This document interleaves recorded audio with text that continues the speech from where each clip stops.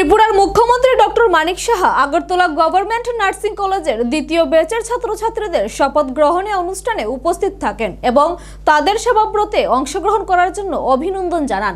তার হাত ধরে সরকারি নার্সিং কলেজে একটি আইটি ল্যাবরেটরির শুভ উদ্বোধন হয়।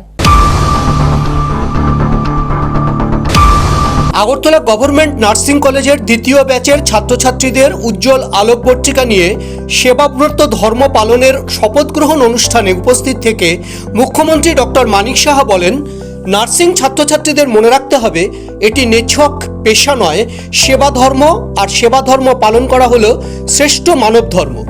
মূলত ফ্লোরেন্স নাইটিঙ্গেলের কথা মাথায় রেখে তাদের সেবাব্রতে উদ্বুদ্ধ হতে হবে। রাশিয়া এবং ফ্রান্সের মধ্যকার ক্রিমিয়া যুদ্ধ চলাকালীন তিনি প্রতি রাত্রে আলোকবর্তিকা নিয়ে শত্রু মিত্র সব ধরনের আহত সেনার সেবা করতেন। এই মহিয়সী নারী পরিবারের নিষেধ উপেক্ষা করে সেবাব্রতে যোগদান করেন। তার জন্মদিন 12ই মে আন্তর্জাতিকভাবে নার্সিং ডে রূপে পালন করা হয়।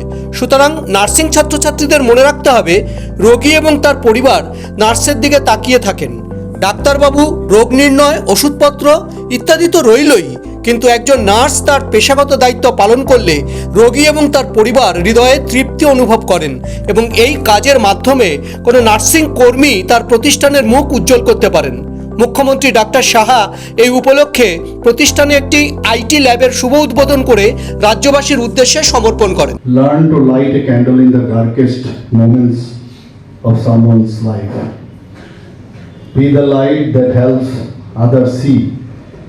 It is what gives life its deepest significance. তো আগে আমরা এখানে যে অনুষ্ঠানটি আমরা দেখলাম, গত বছরও আমি এখানে এসেছিলাম এবং যেভাবে নার্সিং স্টুডেন্টরা তাদের যে শুভযাত্রা আগামীদের জন্য করে থাকেন এবং এত সুন্দরভাবে ওনারা আজকে এখানে আলোক প্রজ্বলন অনুষ্ঠান, শপথ গ্রহণ অনুষ্ঠান অংশগ্রহণ করেছেন এবং এই যে কোর্সের সাথে তার সাথে সাথে কিন্তু যুক্ত হয়ে গেলেন। আমরা সবাই জানি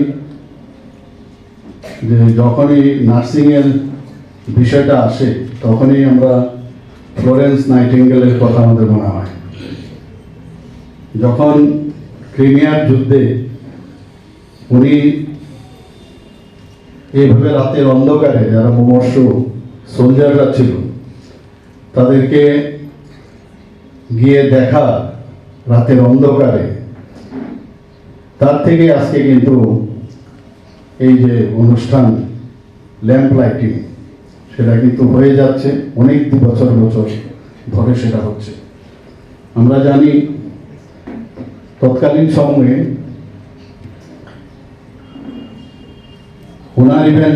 ওনার যে পিতা এবং মা তারা কিন্তু এই প্রফেশনে আসুক সেটা কিন্তু ওনারা চাননি এবং তৎকালীন সময়ে এই নার্সিং যে বিষয় সেটা কিন্তু সম্মানের চোখেও দেখা হতো না। সেই জায়গায় দাঁড়িয়ে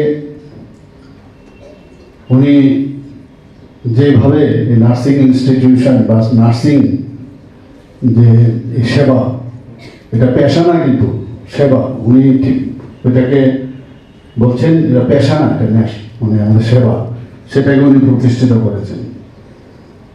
ক্রিমিয়ার যুদ্ধ আমরা জানি যে ব্যাকগ্রাউন্ডে যেটা একটা অ্যালায়েন্স হয়েছিল ব্রিটেন, ফ্রান্স এবং সার্ডেনিয়া, যে রাশিয়ার এগেনস্টে যুদ্ধ করেছিল এবং ওনার নিজের স্টুডেন্ট যারা ৩৫ জনের মতো তাদেরকে নিয়ে উনি সেই ক্রিমিয়ার সেই পাগলুমাতে যায় এবং সেইভাবে যারা ইনজিওর্ড, যারা সোলজার ছিল তাদের সেবা করেছেন। আজকে আমি বলবো এই পৃথিবীতে এমন কিছু ব্যক্তি জন্মগ্রহণ করে, মানুষ জন্মগ্রহণ করে, যাদের মানে তাদেরকে স্মরণ করা প্রতিবারই আমাদের এমন সব কাজ করে যান যে সবসময় ওনাদের স্মরণ করতে হয়। ওনাকে সামনে রেখে আজকে কিন্তু এই নার্সিং যে ইনস্টিটিউশন বা নার্সিং যে সেবা প্রতিষ্ঠান সেটা কিন্তু আজকে সারা পৃথিবীতে আমরা দেখতে পাই। আমরা জানি 1947 সাল থেকে ওনার যে জন্মদিন 12ই মে পালিত হয়, সেটাকে ইন্টারন্যাশনাল নার্সেস ডে এভাবে আমরা পালন করি। আজকে এখানে আমার পূর্ববর্তী বক্তা বলেছেন যে এই যে প্রজ্বলন ও শপথ গ্রহণ অনুষ্ঠান, সেটা কিন্তু আজকে এর মাধ্যমে আমরা কিন্তু প্রথমেই আমাদের শ্রদ্ধা নিবেদন আমরা করে থাকি যারা স্টুডেন্টরা আছে। নাইটিঙ্গেল যে মহিষী আমি বলবো, ওনাকে শ্রদ্ধাই জানানোর দিন আজকে। যে কোনো দিনই আমরা যখনই সেকেন্ড পেয়েছিল এবং প্রথমে গিয়ে ওনারা প্র্যাকটিক্যালে ওনারা যোগ দেবেন, তো সেই উপলক্ষে আজকে করলো। গত বছরও আমরা দেখেছি করেছে। তো যখনই নার্সিং যে কোনো ইনস্টিটিউশনে যে নার্সিং যে ব্যবস্থাপনা সেটা যদি স্ট্রং হয়, ডাক্তারবাবুরা তো আছেই, কিন্তু তার পাশাপাশি যদি নার্সিং যদি প্রপারলি না হয়, একজন নার্সিং তার সেবার মাধ্যমে ওই ইনস্টিটিউশনের কিন্তু নাম উজ্জ্বল করতে পারে।